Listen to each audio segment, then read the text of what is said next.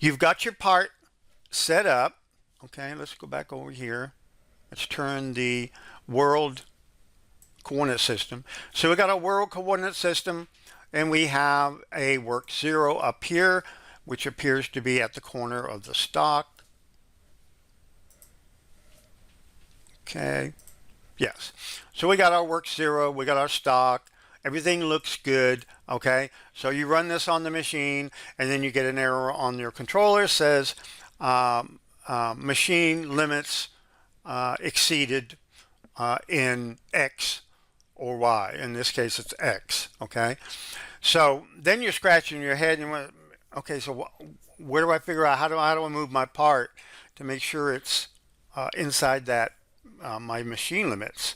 Okay, and we actually get a lot of support emails on this. So what we've done in 2025 is we've given you the ability to see your machining envelope on the screen. So if you go up to the machine definition dialog and you set your min-max translational limits of your router, and these are values that you will find in your router manual. If you can't find it, just contact your router manufacturer and they'll supply those values for you. Just enter those values here.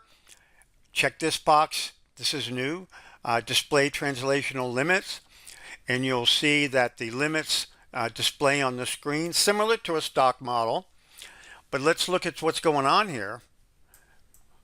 We see that the part is too far outside the machine limits.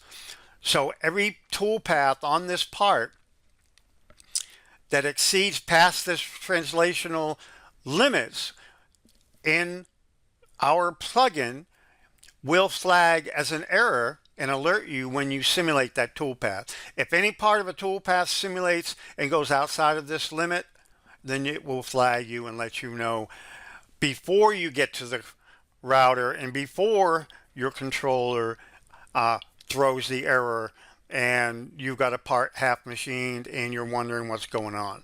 Okay, so this is a good thing to look at every single part. Make sure your translational limits of the machine is set in the machine tool setup dialog, and check this box and you can visually see your translational limits as it relates to your part and your setup. A very, very useful enhancement, okay, for 2025. Okay, this is an interesting one here. So what we're doing when you define your machine tool definition, now we're implementing the min-max of the translational limits of your machine.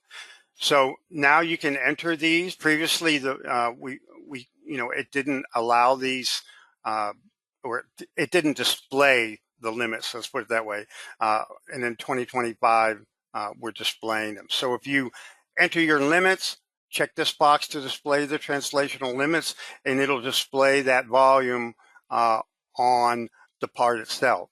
So what I'm getting at here down in this picture here, we see that the part is accidentally moved too far in the X direction, and it's actually violating the translational limits of your part. So you can see that visually, and then also you'll get an error message if your toolpath extends past this volume. So when you simulate it, you'll get an error message. So this is something that users have asked for a while now, and very helpful. I'll show you this part as well. So just as a review, machine tool definition, when you define your machine tool, define your translational limits. Every CNC machine has these limits. You just look them up in your manual to just determine what those limits are in X, Y, and Z, and you can add them here and you can just display them on the part. Okay.